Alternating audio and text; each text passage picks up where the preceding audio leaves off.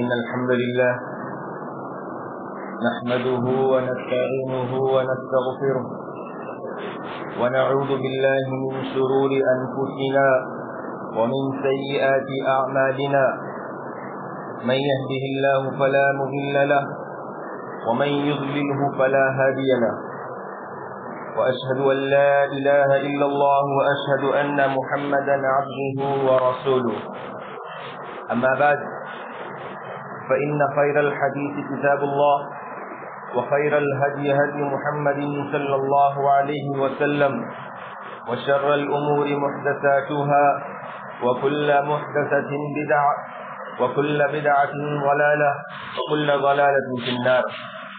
أعوذ بالله السميع العليم من الشيطان الرجيم من همزه ونفخه ونفثه. بسم الله الرحمن الرحيم.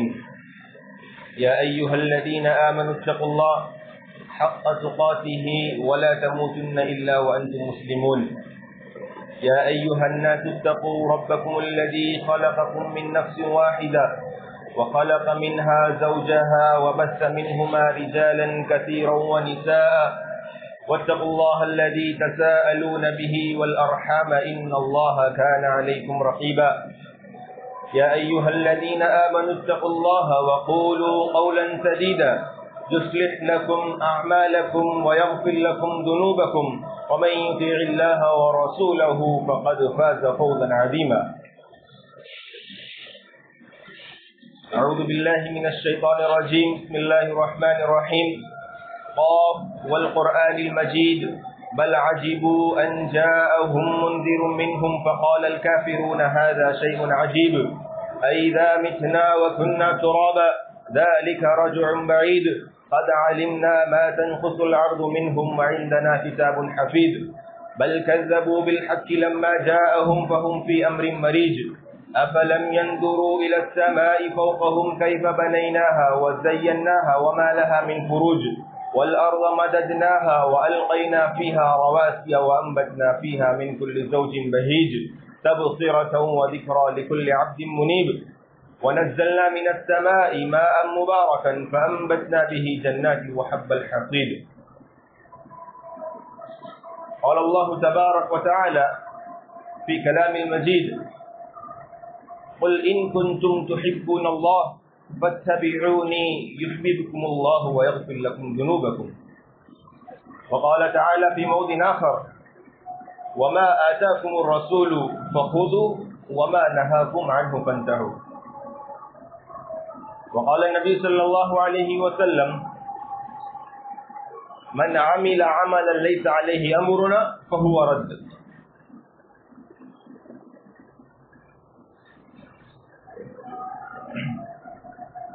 محترم دینی اور ملی بھائیوں، بزرگوں، نوجوان دوستوں اور پردہ نشین میری ماں اور بہنوں،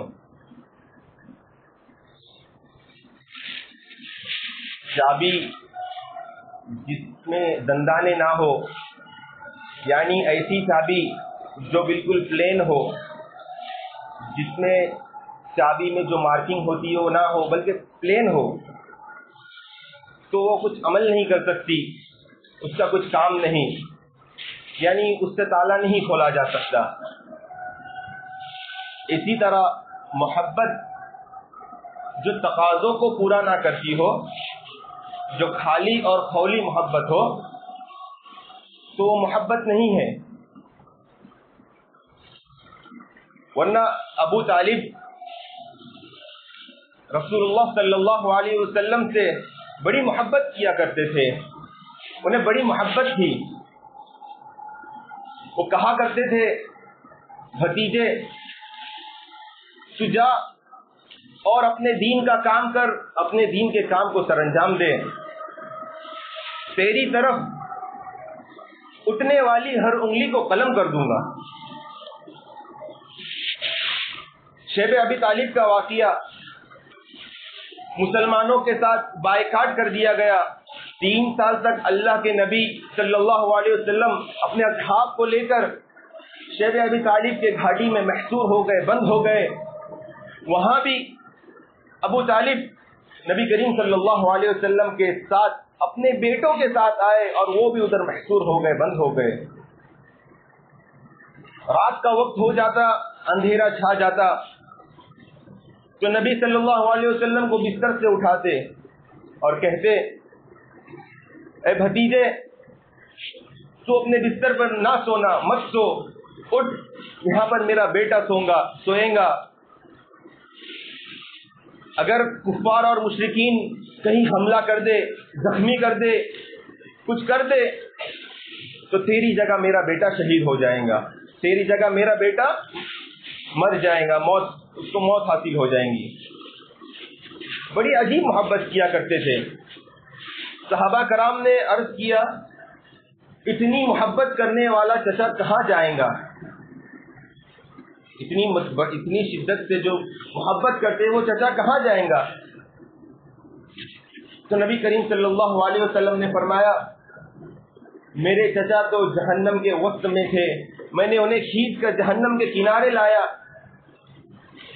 جہنم کے کنارے انہیں جو عذاب دیا جائے گا، ان کے پیر کے نیچے آگ کے انگارے رکھے جائیں گے. وہ آگ کی انگاروں کی وجہ سے ان کے جسم کے ساتھ ان کا دماغ کھولیں گا. سب سے ہلکا عذاب ہے. ایسا دماغ کھولیں گا جیسا چولہے پر ہانڈی کھولتی ہے. تو یہ کیوں ان کو عذاب دیا گیا؟ حالانکہ اتنی محبت کیا کرتے تھے. پتا چلا کہ نبی کریم صلی اللہ علیہ وسلم نے چچا سے کہا تھا وہ کلمہ لا الہ الا اللہ جو چچا پر پیش کیا، انہوں نے اس کو قبول نہیں کیا، اسے رد کر دیا. نبی کریم صلی اللہ علیہ وسلم نے کہا میں نے جو کلمہ لا الہ الا اللہ ان کے اوپر پیش کیا تھا، اگر وہ اسے پڑھ لیتے، قبول کر لیتے، فَهِيَ لَهُ نِجَاتٌ، تو وہ ان کے لیے یہ کلمہ نجات کا باعث ہو جاتا، جنت میں داخل ہونے کا سبب ہو جاتا اور جہنم سے اسے نجات دے دیتا. معلوم ہوا کہ محبت کا پہلا تقاضا، محبت کا اصل اور پہلا جو تقاضا ہے وہ دعوت توحید کو قبول کرنا اور پھر نبی کریم صلی اللہ علیہ وسلم کی باتوں کو تسلیم کرنا ہے. سامعین، محبت کا معنی کیا ہے؟ محبت کسے کہتے ہیں؟ محبت کیا چیز ہے؟ محبت ایک فطری کشش ہے، ایک ایسا میلان نفس جو ہمیشہ مرغوب چیزوں کی طرف، جس کی طرف دل رغبت کرتا ہے، مرغوب چیزوں کی طرف جانب ہوتا ہے. یہ محبت اگر قرابت دار یعنی رشتہ دار کی بنیاد پر ہو تو وہ طبعی محبت کہلاتی ہے. مثلا اپنے باپ کو اپنے بیٹوں سے محبت ہوتی ہے، اپنے ماں کو اپنی اولاد سے محبت ہوتی ہے، تو یہ طبعی محبت کہلاتی ہے. اگر کسی کے جمال و کمال اور اس کے احسانات کی وجہ سے اگر کوئی محبت ہو تو وہ عقلی محبت کہلاتی ہے. اور اگر محبت مذہب کے رشتے کی بنیاد پر ہو تو وہ روحانی محبت ہوتی ہے، وہ ایمان کی محبت کہلاتی ہے. نبی صلی اللہ علیہ وسلم سے محبت کا کیا حکم ہے؟ ہمیں نبی کریم صلی اللہ علیہ وسلم سے محبت ہے. ہر کوئی اس کا دعوے دار ہے کہ ہر کسی کو نبی صلی اللہ علیہ وسلم سے محبت ہے، ہر کوئی اس کا اقرار کرتا ہے. تو اس کا کیا حکم ہے؟ محبت تو ہر کسی کو ہے لیکن اس کے تقاضے ہیں، اس کا کچھ حکم ہے. تو محبت نبی کریم صلی اللہ علیہ وسلم سے محبت، اللہ کے نبی کریم صلی اللہ علیہ وسلم کا ارشاد حضرت انس رضی اللہ عنہ روایت کرتے ہیں لا يؤمن احدكم حتى اكون احب اليه من والده وولده والناس اجمعين. یعنی ہم کو اگر نبی سے محبت ہے تو وہ محبت کیسی ہونی چاہیے؟ اللہ کے نبی نے اس کا طریقہ بتایا ہے، وہ محبت بتائی ہے کہ تم میں سے کوئی مومن نہیں ہو سکتا کب تک؟ جب تک وہ اپنے والد، اپنی اولاد اور دنیا کی تمام لوگوں سے زیادہ مجھ سے محبت نہ کرنے لگے. ایک حدیث عبداللہ بن عباس، عبداللہ بن ہشام روایت کرتے ہیں کہ عمر رضی اللہ عنہ نے نبی کریم صلی اللہ علیہ وسلم سے فرمایا، آپ صلی اللہ علیہ وسلم سے فرمایا میری عمر رضی اللہ عنہ بیان کرتے ہیں نبی کریم صلی اللہ علیہ وسلم سے کہ آپ میرے لیے میری جان سے زیادہ عزیز ہو، یعنی میری جان کے علاوہ ہر چیز سے زیادہ آپ محبوب ہو. تو آپ صلی اللہ علیہ وسلم نے فرمایا اس ذات کی قسم جس کے ہاتھ میں میری جان ہے، تمہارے نزدیک اس ذات کی قسم جس کے ہاتھ میں میری جان ہے، جب تک تمہارے نزدیک تمام چیزوں سے زیادہ تم مجھ سے زیادہ محبت نہ کرو تم اس وقت تک مومن نہیں ہو سکتے. تو عمر رضی اللہ عنہ نے عرض کیا اللہ کی قسم اب آپ میرے نزدیک میری جان سے بھی زیادہ عزیز ہو. تو پتہ چلا کہ اگر کسی کو محبت ہے تو اپنی جان، اپنے اہل عیال، اپنی مال، غرض دنیا کی تمام چیزوں سے زیادہ محبت، سب سے زیادہ نبی سے محبت ہونی چاہیے. نبی کریم صلی اللہ علیہ وسلم سے محبت یہ ایمان کا لازمی جز ہے. ہر مسلمان کے دل میں آپ کی محبت، اپنی جان، اہل و عیال، مال و دولت، غرض دنیا کی ہر چیز سے زیادہ محبت ہونی چاہیے. آپ سے محبت کی سب سے بڑی علامت آپ کے احکامات کی تعمیل کرنا اور آپ کے منع کردہ چیزوں سے اجتناب کرنا. یعنی نبی کریم صلی اللہ علیہ وسلم نے کسی چیز کا حکم دیا تو اس چیز کو سر انجام دینا. نبی کریم صلی اللہ علیہ وسلم نے کوئی بات کہی تو ان کی بات پر سر تسلیم خم کرنا، اور جس چیز کو نبی کریم صلی اللہ علیہ وسلم نے، جس چیز سے نبی کریم صلی اللہ علیہ وسلم نے ہمیں روکا ہے اس چیز پر رک جانا، اس چیز سے قطع تعلق کرنا. نبی کریم صلی اللہ علیہ وسلم نے ارشاد فرمایا ہے کہ داڑھیوں کو معاف کر دو، داڑھیوں کو چھوڑ دو. لیکن آج ہم نے کہا، اللہ کے نبی نے کہا داڑھیوں کو معاف کر دو، اور ہم نے کہا داڑھیوں کو صاف کر دو. نبی کریم صلی اللہ علیہ وسلم نے عورتوں کو کہا جب اگر کوئی عورت کو اگر گھر سے باہر نکلنے کی کوئی حاجت پیش ہو، کوئی ضرورت پیش ہو تو وہ حجاب کے ساتھ، پردے کے ساتھ نکلے. لیکن آج پردہ تو ہوتا ہے، پردہ تو بڑی مشکل سے ہوتا ہے، اگر کوئی ہوتا ہے تو وہ بھی اس پردے میں سوراخ ہے. کس طرح عورت پردے کے ساتھ نکلتی ہے لیکن پرفیوم لگا کر اپنے آپ کو ایسے حجاب میں، ایسے برقعے میں پیش کر کے باہر آتی ہے جو برائے نام سے حجاب ہے. تو یہ محبت حقیقی محبت نہیں ہے، یہ خالی اور قولی محبت ہے. سامعین، محبت کا اصلی اور حقیقی معیار اللہ تبارک و تعالیٰ نے قرآن میں ارشاد فرمایا ہے. اللہ تبارک و تعالیٰ کا ارشاد ہے قل ان کنتم تحبون اللہ فاتبعونی یحببکم اللہ ویغفر لکم ذنوبکم. اگر تم واقعی اللہ سے محبت کرتے ہو، اگر تم واقعی اپنے محبت کے دعوے دار میں سچ ہو، اگر تم واقعی اپنی محبت کو حقیقی محبت مانتے ہو تو میری اتباع کرو، یعنی نبی کریم صلی اللہ علیہ وسلم کی اتباع کرو. یحببکم اللہ ویغفر لکم ذنوبکم. اللہ تبارک و تعالیٰ تم سے محبت کرے گا، اللہ تعالیٰ تم سے راضی ہوگا اور تمہاری گناہوں کو معاف کر دے گا. معلوم ہوا حب رسول کا حقیقی معیار اطاعت رسول ہے. ایک صحابی رسول اللہ صلی اللہ علیہ وسلم کی خدمت میں حاضر ہوتے ہیں اور فرماتے ہیں یا رسول اللہ، میں اپنے گھر میں اہل و عیال کے ساتھ ہوتا ہوں، اپنے گھر والوں کے ساتھ، اپنے بچوں کے ساتھ ہوتا ہوں، اور پھر آپ کی شوق زیارت میرے دل میں آتی ہے تو میں دوڑا آپ کے پاس آتا ہوں، آپ کی زیارت کرتا ہوں. آپ کو دیکھ کر مجھے تسلی ہوتی ہے، سکون حاصل ہوتا ہے. یا رسول اللہ، آپ جب آپ کی اور میری موت ہو جائے، جب آپ انتقال فرما جائے، جب آپ کی اور میری موت ہو جائے تو آپ تو جنت میں جاؤں گے، انبیاء بڑے انبیاء کے ساتھ اعلیٰ ترین درجات میں ہوں گے، اور اگر میں جنت میں چلا بھی گیا تو آپ کی حفاظت کیسی حاصل ہوں گی، آپ کا دیدار کیسے نصیب ہوگا. ایک بات یہاں یہی بھی پتہ چلتی ہے، جو ہمارے کچھ بھائی کہتے ہیں کہ نبی کو لفظ موت یا انتقال یہ سب القاب نہیں استعمال کرنا چاہیے، کہتے ہیں کہ نبی پردہ کر کے ایسا کرنا چاہیے.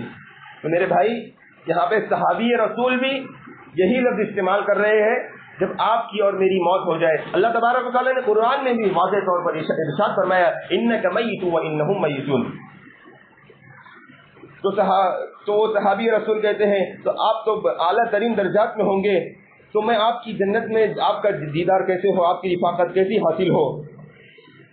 تو اس پر اللہ تبارک و تعالی نے سورہ نساء کی آیت نمبر 69 میں ارشاد فرمایا وَمَن يُطِعِ اللَّهَ وَالرَّسُولَ فَأُولَٰئِكَ مَعَ الَّذِينَ أَنْعَمَ اللَّهُ عَلَيْهِم مِّنَ النَّبِيِّينَ وَالصِّدِّيقِينَ وَالشُّهَدَاءِ وَالصَّالِحِينَ وَحَسُنَ أُولَٰئِكَ رَفِيقًا، جو اللہ اور اس کے رسول کی اطاعت کرتے ہیں، وَمَن يُطِعِ اللَّهَ وَالرَّسُولَ فَأُولَٰئِكَ مَعَ الَّذِينَ أَنْعَمَ اللَّهُ، تو وہ لوگ اللہ کے ان لوگوں کے ساتھ ہوں گے جس پر اللہ تبارک و تعالی نے انعام فرمایا۔ وہ کون لوگ ہیں؟ صدیقین ہے، شہداء ہے، صالحین ہے۔ وحسن اولئک رفیقا، اور یہ کتنے ہی بہترین گروہ ہیں جو کسی کو میسر آئے۔ ربیعہ بن کعب اسلمی روایت کرتے ہیں کہ ایک روز نبی صلی اللہ علیہ وسلم نے مجھے مخاطب کرتے ہوئے فرمایا مانگ لو جو مانگنا ہے۔ نبی کریم صلی اللہ علیہ وسلم نے کہا مانگ لو جو مانگنا ہے۔ میں نے عرض کیا جنت میں آپ کی رفاقت کا طلبگار ہوں، یعنی میں چاہتا ہوں کہ جنت میں بھی ہوں اور آپ کے ساتھ ہوں، آپ کے ساتھ رہوں۔ تو آپ صلی اللہ علیہ وسلم نے فرمایا کچھ اس کے علاوہ بھی مانگنا چاہتے ہو؟ نہیں، کہا بس مجھے یہی مطلوب ہے۔ آپ صلی اللہ علیہ وسلم نے کہا اپنے مطلب کے حصول کے لیے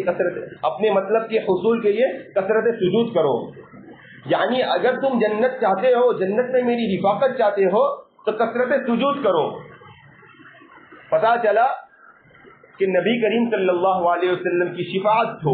نبی کریم صلی اللہ علیہ وسلم، ہر کوئی جانتا ہے، ہر کوئی چاہتا ہے کہ ہمیں نبی کریم صلی اللہ علیہ وسلم کی شفاعت حاصل ہو۔ نبی کریم صلی اللہ علیہ وسلم حوض کوثر پہ اپنے ہاتھوں سے جام دلائے نصیب کرے۔ تو اللہ کے نبی کریم صلی اللہ علیہ وسلم نے کہا، اس حدیث سے واضح طور پر پتہ چلتا ہے کہ نبی کریم صلی اللہ علیہ وسلم نے فرمایا اگر میری رفاقت چاہتے ہو تو عمل کرو، یعنی جنت اور جنت میں آپ کی رفاقت یہ اپنے عمل پر ڈیپینڈ کرتی ہے، اپنے عمل کرے، اگر کوئی شخص عمل کرے تو اسے جنت حاصل ہوتی ہے، جنت حاصل ہوگی۔ گویا واضح طور پر آپ صلی اللہ علیہ وسلم نے فرما دیا اگر میری رفاقت چاہتے ہو تو عمل کرو۔ یہی حب رسول اور معیت رسول حاصل کرنے کا ذریعہ ہے۔ یہاں پر صحابی رسول کا سوال کرنا اور آپ کا سوال کرنا اور صحابی رسول کا کوئی چیز طلب کرنا اور پھر اس پر آپ کا کہنا کہ کثرت سجود کے ساتھ اپنی کثرت سجود کیا کرو، وہ نوافل، مطلب جو نماز کی بات کہی گئی ہے وہ نوافل میں ہے، لیکن میرے بھائیوں آج ہمارا اور آپ کا نوافل تو بڑی دور کی بات، فرض نمازوں میں اتنی کوتاہی ہے کہ فجر کی نماز میں امام صاحب ہی جانتے ہیں۔ اگر مسلمانوں سے کہا جائے کہ چلیے پروٹیسٹ کرے کوئی چیز، بڑا ہجوم آ جاتا ہے، بڑی جم غفیر آ جاتی ہے، لیکن فرض نماز اور 5 وقت کی نماز کے لیے بلایا جائے، کہا جائے چلیے 5 منٹ باقی ہے، پہنچ جائیں گے، 1 رکعت چھوٹ گئی مل جائیں گی، کاروبار ہو چاہے کوئی بھی چیز ہو، ہم نماز کو ترک کرتے ہیں اور اولیت کاروبار کو دیتے ہیں، ہم نماز کو ترک کرتے ہیں اور اپنی نیند کو فوقیت دیتے ہیں۔ اللہ ہم سب پر رحم فرمائے اور ہمیں 5 وقت نماز کا پابند بنائے۔ ابن باز رحمہ اللہ سے جب درس ہوتا ہے تو اس کے بعد کچھ سوالات کیے جاتے ہیں، تو ابن باز رحمہ اللہ سے ایک شاگرد نے سوال کیا، شیخ اکثر میری فجر کی نماز سورج طلوع ہونے کے بعد ادا ہوتی ہے، یعنی میں 4 وقت کی نماز پابندی سے پڑھتا ہوں، لیکن فجر کی نماز بھی پڑھتا ہوں، لیکن کبھی کبھار اکثر و بیشتر سورج نکلنے کے بعد میں ادا کرتا ہوں، لیکن جیسے ہی میری نیند کھل جاتی ہے میں فوراً ادا کرتا ہوں۔ تو اس پر شیخ ابن باز رحمہ اللہ نے کہا فانت کافر، تو کافر ہے۔ کیونکہ نبی کریم صلی اللہ علیہ وسلم کا ارشاد ہے من ترک الصلاۃ متعمدا فقد کفر، جس نے جان بوجھ کر نماز کو ترک کر دیا، چھوڑ دیا تو وہ کافر ہے۔ اور اگر 1 وقت ہو، 2 وقت ہو، مہینے میں 1 بار ہو جائے، سال میں 1 بار ہو جائے تو سمجھ میں آتا ہے، ہفتے میں 4 بار 5 بار فجر کی نماز غائب ہو جاتی ہے، پھر سورج طلوع ہونے کے بعد ادا کریں تو یہ مناسب بات نہیں ہے۔ ابو ہریرہ رضی اللہ عنہ فرماتے ہیں کہ رسول اللہ صلی اللہ علیہ وسلم نے فرمایا کل امتی يدخلون الجنة الا من ابا، قالوا یا رسول اللہ ومن یأبا، قال من اطاعنی دخل الجنة ومن عصانی فقد ابا۔ ابو ہریرہ رضی اللہ عنہ بیان کرتے ہیں کہ نبی کریم صلی اللہ علیہ وسلم نے فرمایا میری امت کل امتی میری امت جنت میں داخل ہوں گی یدخلون الجنت الا من ابا مگر وہی شخص جس نے انکار کر دیا. صحابہ کرام بڑے تعجب سے کہا یا رسول اللہ انکار کون کر سکتا ہے؟ جنت میں تو ہر کسی کو جانا ہے, ہر کوئی چاہتا ہے کہ جنت میں جائے, تو کون شخص ہے ایسا جو انکار کرے؟ اللہ کے نبی کریم صلی اللہ علیہ وسلم نے فرمایا من اطاعنی دخل الجنہ ومن عصانی فقد ابا, جس نے میری اطاعت کی وہ جنت میں داخل ہوں گا اور جس نے انکار کر دیا میرے احکامات کی, جس نے خلاف ورزی کی وہ جہنم میں جائے گا. اور قرآن میں بار بار ہمیں یہ بات بتائی جاتی ہے, سمجھائی جاتی ہے. اللہ تبارک و تعالیٰ کا 12 ارشاد ہے, اللہ تبارک و تعالیٰ کا ارشاد ہے وما ارسلنا من رسول الا لیطاع باذن اللہ, ہم نے رسول بھیجے اسی لیے کہ اللہ کے حکم سے ان کی اطاعت کی جائے. من یطیع الرسول فقد اطاع اللہ, جس نے رسول کی اطاعت کی دراصل اس نے جس نے رسول کی اطاعت کی اس نے دراصل اللہ کی اطاعت کی. سامعین, صحابہ کرام کی زندگیوں پر نظر ڈالے تو آنکھیں کھل جاتی ہے کہ کیسے انہوں نے حب رسول اور محبت رسول کا حق ادا کیا. قاضی عیاض اپنی کتاب الشفا میں فرماتے ہیں فقال سفیان المحبت اتباع رسول اللہ صلی اللہ علیہ وسلم. سفیان ثوری بہت بڑے جلیل قدر محدث ہے, گزرے ہیں, تو وہ کہتے ہیں محبت اصل اتباع رسول ہی ہے, یعنی نبی سے محبت اصل ان کی اطاعت ہے, فرما برداری ہے. بے شمار آیت قرآنی اور احادیث رسول صلی اللہ علیہ وسلم کی روشنی میں یہ بات بالکل واضح ہے کہ محبت رسول کا تقاضا یہ ہے کہ زندگی کے تمام معاملات میں قدم قدم پر آپ کی اطاعت کی جائے. وہ محبت جو سنت رسول پر عمل کرنا نہ سکھائے محض دھوکہ ہے, فریب ہے. وہ محبت جو اطاعت رسول اطاعت رسول اور پیروی کرنا نہ سکھائے وہ محض دھوکہ ہے اور ایک لفاظی ہے اور بس نفاق ہے. وہ تکمیل ایمان کے لیے رسول اللہ صلی اللہ علیہ وسلم کی صرف ظاہری نہیں بلکہ قلبی تسلیم و رضا بھی ضروری ہے. اللہ تبارک و تعالیٰ کا ارشاد ہے سورہ نساء میں, اللہ تبارک و تعالیٰ ارشاد فرماتے ہیں فلا وربک لا یؤمنون حتى يحكموك فيما شجر بينهم ثم لا يجدوا في انفسهم حرجا مما قضيت ويسلموا تسلیما. تمہارے رب کی قسم یہ کبھی مومن نہیں ہو سکتے جب تک اپنے باہمی اختلافات میں آپ کو فیصلہ کرنے والا نہ مان لے اور پھر جو آپ سے فیصلہ کرے اس پر اپنے دل میں کوئی تنگی محسوس نہ کرے بلکہ دل و جان سے اسے تسلیم کر لے. حارث بن عبداللہ بن عوف کہتے ہیں عمر بن خطاب رضی اللہ عنہ سے قربانی کے دن طواف زیارت کرنے کے بعد عورت حائضہ ہو جائے. یہ حج کے سلسلے میں ایک سوال ہے.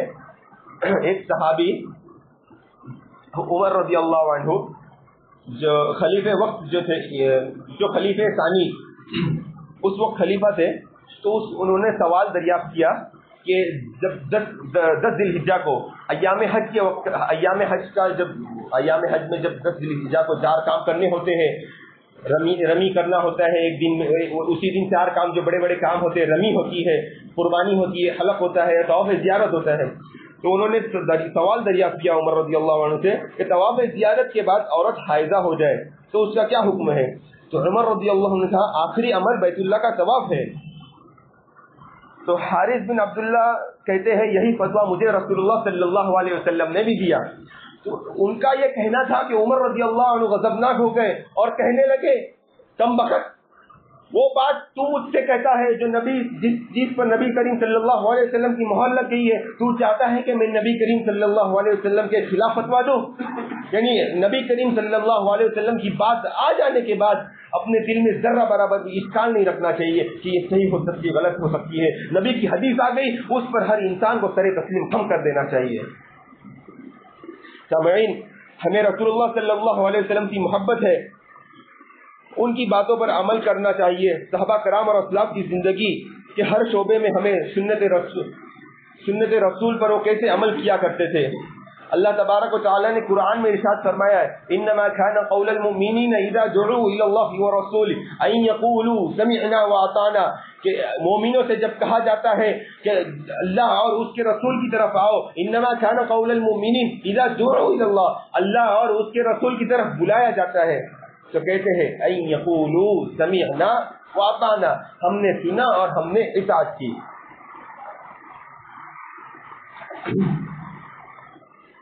نبی کے دامن سے لگنے والوں کو یہود و نصارہ کبھی ذلیل نہیں کر سکتے۔ کوئی کافر ہو، کوئی مشرکین ہو، کوئی بھی شخص ہو جس نے نبی کا دامن تھام لیا، اسے کبھی کوئی غیر اسے کبھی ذلیل و رسوا نہیں کر سکتے۔ لیکن مسئلہ یہ ہے کہ ہم نے نبی کا دامن ہی کبھی تھاما۔ اللہ تبارک و تعالیٰ قرآن میں ارشاد فرماتے ہیں جہاں انما كان قول المؤمنين اذا دعوا الى الله ورسوله ان يقولوا سمعنا واطعنا، یہ مومنوں کا شیوا ذکر کرتے ہیں۔ وہیں سورہ مائدہ میں اللہ تبارک و تعالیٰ عیسیٰ یہود و نصارہ کا شیوا ذکر کرتے ہیں کہ ان سے کہا جاتا ہے کہ ان یقولوا سمعنا، تو وہ کہتے عصینا، کہ ہم نے سنا اور ہم نے نافرمانی کی۔ تو ہم اور آپ کو سوچنا چاہیے اور سمجھنا چاہیے کہ اللہ اور اس کے رسول کی آیتیں اور قرآن ہم اور آپ پر پیش کی جاتی ہے، ایسا کرو ایسا مت کرو، تو ہم اس پر کیسا عمل کرتے ہیں کہ ہم اسے تسلیم کرتے ہیں۔ ہر انسان کو اپنے اپنے نگہبان میں جھانکنا چاہیے اور دیکھنا چاہیے۔ سعید خدری رضی اللہ عنہ روایت کرتے ہیں، ایک مرتبہ نبی کریم صلی اللہ علیہ وسلم نماز پڑھا رہے تھے، اچانک دوران نماز جوتا اتار کر بائیں جانب رکھ دیتے ہیں۔ دوران نماز نبی کریم صلی اللہ علیہ وسلم اپنے دونوں جوتیوں کو اتار کر، یعنی اس سے یہ مسئلہ پتہ چلتا ہے کہ نماز کے دوران جوتے پہن کر بھی نماز پڑھ سکتے ہیں، تو وہ اتار کر بائیں جانب رکھتے ہیں۔ صحابہ کرام رضی اللہ عنہ جب نماز ختم ہو جاتی ہے تو نبی کریم صلی اللہ علیہ وسلم صحابہ کی طرف متوجہ ہوتے ہیں، رخ کرتے ہیں، تو کہتے ہیں صحابہ آپ نے تو دوران نماز جوتے پہن کر نماز پڑھ رہے تھے، اب اپنے بائیں جانب رکھے ہیں، کیا مسئلہ ہے؟ کہا اے نبی صلی اللہ علیہ وسلم، ہم نے آپ کو نماز میں ایسا ایسا عمل کرتے ہوئے دیکھا تو ہم نے بھی ایسا ایسا کیا۔ تو کہا اے صحابہ، دوران نماز جبرائیل علیہ السلام میرے پاس آئے اور انہوں نے کہا کہ آپ کی جوتیوں میں گندگی لگی ہے، اس لیے میں نے اپنی جوتیوں کو اتار کر بائیں جانب رکھ دیا۔ کہا اے نبی، آپ کے پاس جبرائیل آئے اور انہوں نے کہا تو آپ نے کیا، ہم نے آپ کی محبت میں کر دیا۔ تو یہ ہے ان یقولوا سمعنا واطعنا۔ اسی طرح حضرت انس رضی اللہ عنہ روایت کرتے ہیں کہ یہ اس وقت کی بات ہے جب شراب حرام نہیں ہوئی تھی۔ وہ ابو طلحہ ابی بن کعب جو مشہور قاری قرآن اور ابو عبیدہ بن جراح جو مشہور جرنل ہے، ان کو ایک گھر میں شراب تقسیم کر رہے تھے، جام پلا رہے تھے۔ اچانک رسول اللہ صلی اللہ علیہ وسلم کا منادی اعلان کرتا ہے کہ یہ شراب حرام ہو گئی ہے۔ تو یہ بس سننا ہی تھا، تو آپ تمام صحابہ کرام رضی اللہ عنہ مجمعین کا عمل کیسا تھا اس پر؟ جو حضرت انس روایت صحابی رسول جو روایت کرتے ہیں، وہ کہتے ہیں آخر میں کہ ایسا محسوس ہوتا تھا کہ تمام مدینہ کی گلیوں میں شراب، جب بڑے بڑے مٹکے جو صحابہ رکھتے تھے سالوں سال بنا کر، جو شراب بنا کر رکھتے تھے، وہ تمام کے تمام بہا دیے، پھینک دیے۔ روایت کرتے ہیں کہ ایسا محسوس ہوتا تھا کہ مدینہ کی گلیوں میں سیلاب آ چکا ہے۔ اسی طرح غزوہ خیبر کے موقع پر سن 7 ہجری میں، اس وقت پالتو گدھا حرام نہیں ہوا تھا، پالتو گدھے کا گوشت کھانا جائز تھا۔ غزوے کا موقع تھا، جنگ کا موقع تھا، جنگ کا ماحول تھا، ہانڈیوں پر گدھے کا گوشت پک چکا تھا۔ ایک صحابی آئے اور کہا اللہ کے رسول، کھانا تیار ہو چکا ہے، پالتو گدھے کا گوشت تیار ہے۔ تو اللہ کے نبی کریم صلی اللہ علیہ وسلم نے اس وقت کہا کہ سنو، اور ان کے منادی سے کہا جاؤ اعلان کر دو آج سے پالتو گدھا کھانا حرام ہے۔ ہانڈی پک چکی تھی، ہانڈی پہ گوشت تیار تھا، تمام چیزیں تیار تھی، ایسا نہیں سوچا کہ ہاں چلو کھا لیتے ہیں۔ اس کے بعد نبی کریم صلی اللہ علیہ وسلم کا فرمان آ گیا، ابلتا ہوا گوشت بہا دیا گیا، پھینک دیا گیا۔ ایسا نہیں سوچا گیا کہ چلو تھوڑا کھا لیتے ہیں، تھوڑا چکھ لیتے ہیں۔ کسی صحابی نے جو کھا چکا تھا اپنے حلق میں انگلیاں ڈال کر پورے کھانے کو نکال دیا، طے کر دیا۔ ہم اور آپ سے کہا جاتا ہے کہ یہ چیز حرام ہے، یہ چیز چھوڑ دو، تو کہتے ہیں مولانا آہستہ آہستہ چھوڑیں گے، ایک با ایک ہم سے نہیں چھوٹتا۔ کہا جاتا ہے یہ چیز حرام ہے، سگریٹ یہ وہ چیزیں مت کھایا کرو، یہ سب نقصان بھی چیزیں اور حرام بھی، حرام کردہ چیزیں ہیں۔ کہتے یہ عادت ہو چکی ہے، ہم کوشش کریں گے، دعا کریں، آپ دعا کرو اللہ تعالیٰ ہمیں چھڑانے کی توفیق دے۔ ہم میں اور آپ صحابہ کرام میں جو کتنا ڈفرنس تھا، وہ ہم اور آپ موازنہ کر کے دیکھیے۔ ان سے کہا گیا کہ چھوڑ دیجئے، فوراً چھوڑ دیا۔ اللہ تبارک و تعالی ہمیں بھی اس طرح عمل کرنے کی توفیق دے۔ سامعین، اللہ تبارک و تعالیٰ کا ارشاد ہے یا ایھا الذین آمنوا اطیعوا اللہ واطیعوا الرسول ولا تبطلوا اعمالکم، اے ایمان والو اللہ اور اس کے رسول کی اطاعت کرو اور اپنے اعمال کو برباد مت کرو۔ معلوم ہوا کہ رسول کی مخالفت بربادی اعمال کا سبب ہے۔ اللہ تبارک و تعالیٰ نے ایک جگہ ارشاد فرمایا یا ایھا الذین آمنوا لا ترفعوا اصواتکم فوق صوت النبی، یعنی اے ایمان والو اپنی آواز کو نبی کی آواز سے بلند مت کرو، یعنی نبی کی آواز سے اپنی آواز کو پست رکھو۔ جب یہ آیت نازل ہوئی تو ثابت بن قیس بن شماس خطیب رسول اس وقت خوف زدہ ہو گئے، اپنے گھر میں بیٹھ گئے جا کے، اور اپنے آپ کو گھر میں محصور کر لیا، بند کر لیا، اس سوچ میں کہ میں تو جہنمی ہو گیا۔ میری آواز ان کی آواز بہت زیادہ بلند تھی، فطرتاً بلند تھی، ایسا نہیں کہ بات کرنے میں بلند ہو جاتی تھی، فطرتاً کسی کی آواز بہت کم ہوتی ہے، کسی کی آواز بلند ہوتی ہے۔ تو انہوں نے اپنے آپ کو گھر میں بند کر لیا۔ نبی کریم صلی اللہ علیہ وسلم نے صحابہ سے دریافت کیا ثابت بن قیس کہاں ہے، نظر نہیں آتے؟ تو کہا ایسا معاملہ ہے، ایسا معاملہ پیش آیا ہے۔ تو انہوں نے کہا جاؤ انہیں بلاؤ۔ جب انہیں بلایا گیا تو نبی کریم صلی اللہ علیہ وسلم نے انہیں جنت کی بشارت دی۔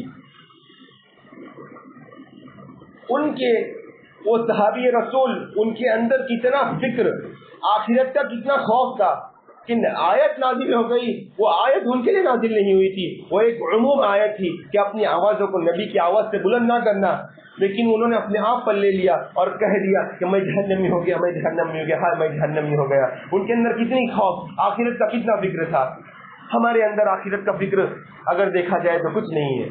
نبی کریم صلی اللہ علیہ وسلم نے فرمایا قیامت کے قرب قیامت مسلمانوں کے اوپر، مسلمان قوم کے اوپر دوسری قوم ایسی حاوی ہوں گی جیسا بھوکے لوگ جیسے دسترخوان پر حاوی ہوتے ہیں۔ صحابہ کرام نے عرض کیا یا رسول اللہ اس وقت ہم قلت میں ہوں گے، یعنی ہماری تعداد بہت کم ہوں گی؟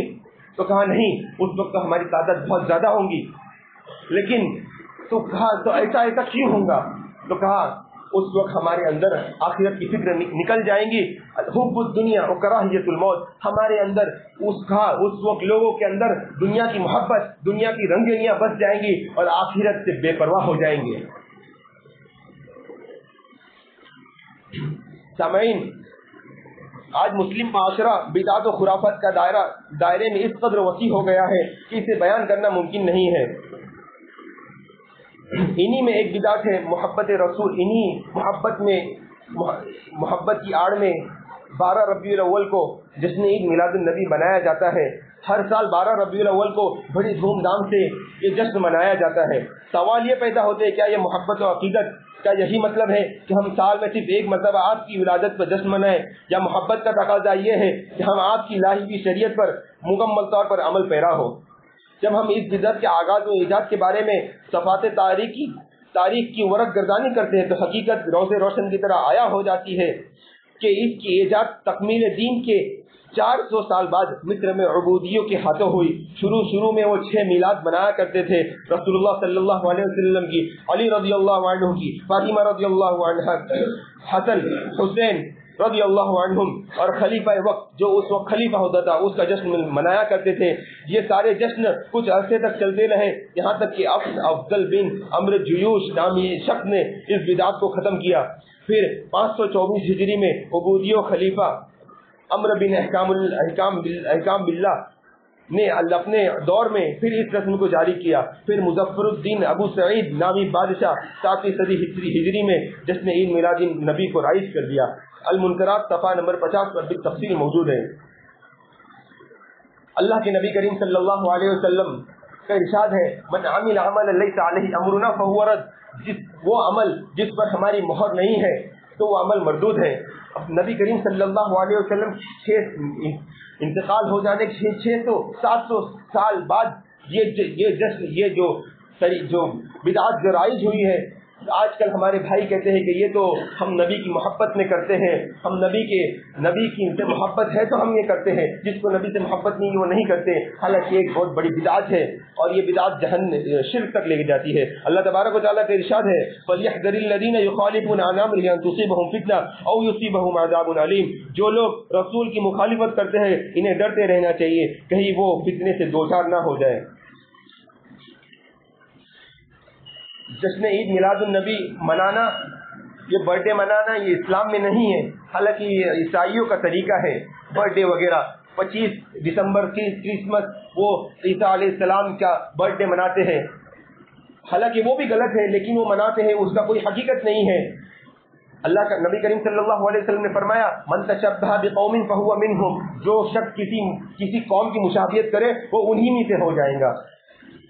محبت کا اصل تقاضا یہی ہے جو اللہ تبارک و تعالیٰ نے قرآن میں ارشاد فرمایا ہے وَمَا آتَاكُمُ الرَّسُولُ فَخُذُوهُ وَمَا نَهَاكُمْ عَنْهُ فَانْتَهُوا، جو رسول تمہیں دے دے اسے لے لو، جس سے منع کرے اس سے رک جاؤ۔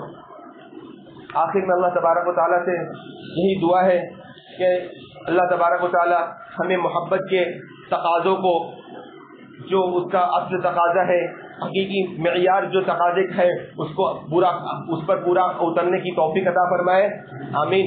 بارک اللہ لی ولکم فی القرآن الکریم ونفعنی وإیاکم بالآیات والذکر الحکیم، انہ تعالی جواد کریم غفور رحیم۔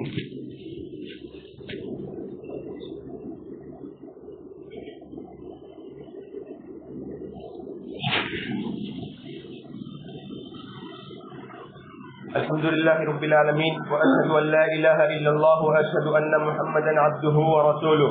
قال الله تبارك وتعالى في كلام المجيد أعوذ بالله من الشيطان الرجيم بسم الله الرحمن الرحيم إن الله وملائكته يصلون على النبي يا أيها الذين آمنوا صلوا عليه وسلموا تسليما اللهم صل على محمد وعلى آل محمد كما صليت على إبراهيم وعلى آل إبراهيم إنك حميد مجيد اللهم بارك على محمد وعلى آل محمد كما باركت على إبراهيم وعلى آل إبراهيم إنك حميد مجيد۔ أقول قولي هذا وأستغفر الله لي ولكم ولسائر المسلمين فاستغفروا إنه هو الغفور الرحيم وما علينا إلا البلاغ۔